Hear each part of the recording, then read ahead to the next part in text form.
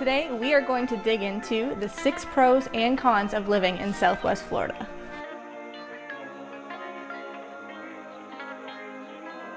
Hey there, this is Maddie Mark Shirk with Premier Sotheby's, the Beatty Westerland team.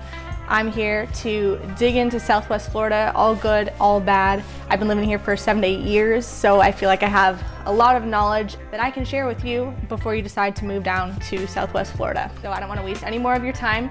Let's start off with pro number 1, the weather.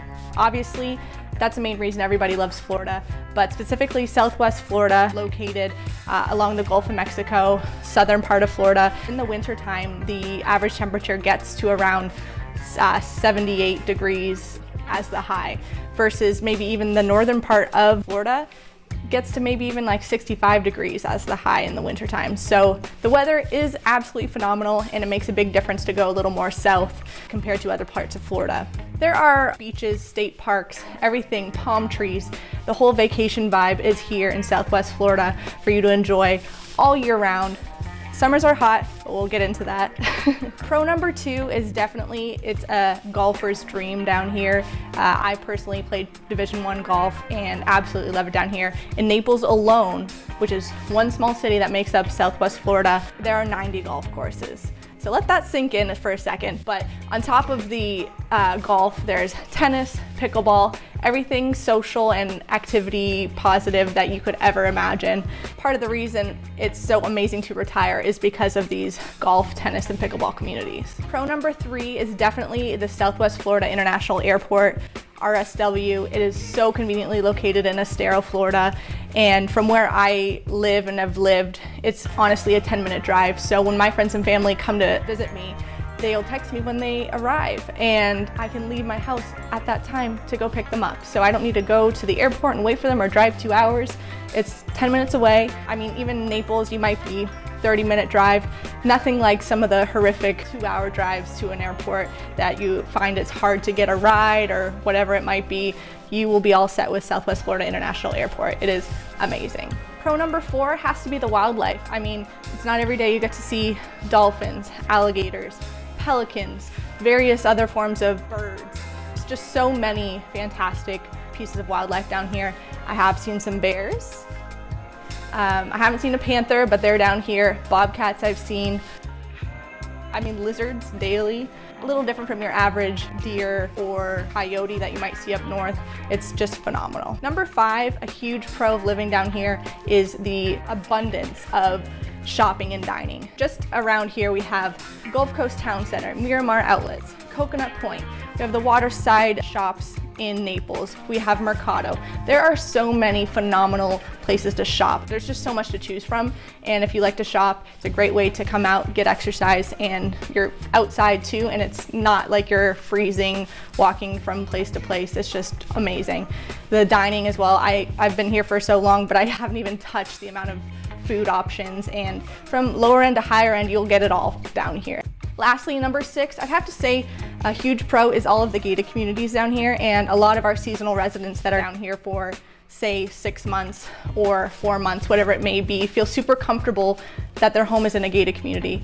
Most of the communities here are gated, which is a huge plus, and they come with a whole bunch of amenities too. So sometimes you don't even need to leave your area. You'll have a restaurant, pool, tennis, all like where you are. There's a lot of bundled golf communities too, and that's something I specialize in as well. So if you're looking to like have a full package of golf amenities in a nice little gated place where you can leave for 6 months of the year, shoot me an email. I can definitely set you up with a type of golf community that will best fit your needs. But yes, the comfort of all the gated communities here is phenomenal. Not too often you'll find homes that don't have gates or anything like that, so perfect.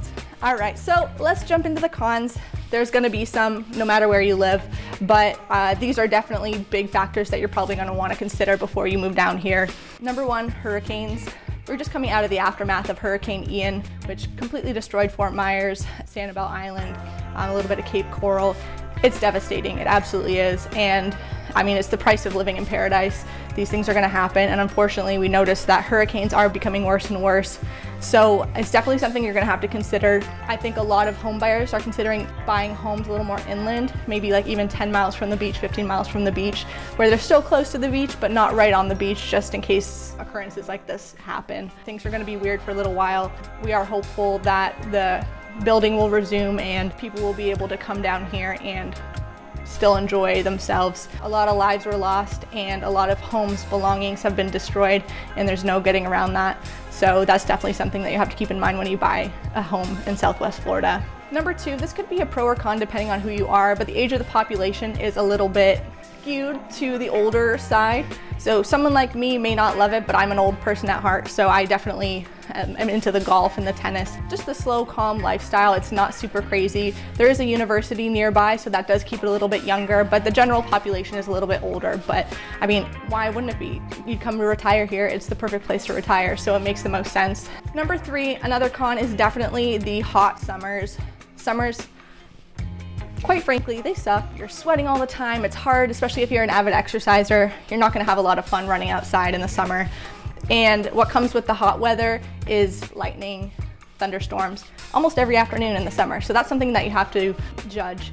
I don't mind it too much. Some sources do say that this is the lightning capital of the world or the country. I'm not quite sure. When I looked it up, it was a little fishy, but I'm not exaggerating when I say it thunderstorms almost every day in the summer. Number 4, another con is the traffic and busyness in season. So season typically ranges from maybe early November through the end of April. A lot of people come from up north to live down here, and it just gets busier, more packed. The beaches are more packed.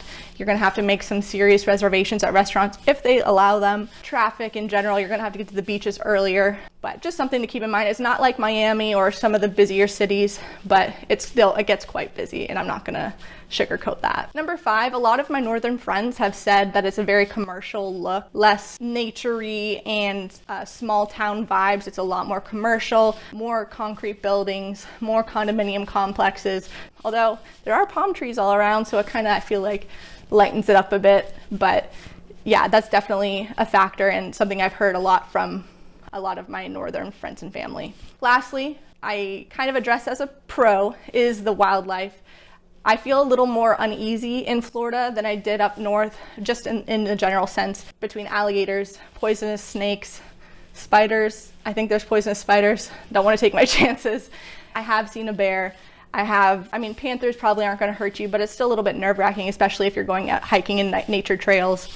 Yeah, it's just something that you have to keep mindful of, especially if you're an exerciser in the dawn or the dusk times. You just might want to steer clear of exercising during those times in Florida, as it's a little more dangerous. Anyways, that kind of wraps up our 6 pros and 6 cons of living in Southwest Florida. In general, it's an amazing place to live, and I'm super grateful to live here and wake up in paradise every single day. If you're looking to buy, sell, or upgrade in Southwest Florida, please shoot me an email. I'd love to chat with you or sit down, find out what your needs are in this area. There's so many good things to come from this place. If you're looking anywhere in North America, our brokerage has extensive connections all over. I can connect you with a realtor that best suits your needs, preferences, and connects with you on a personal level. So no matter where you're looking, shoot me an email. Happy to help out. And I wish you the best of luck no matter where you're deciding to live. But I think Southwest Florida should be one of them.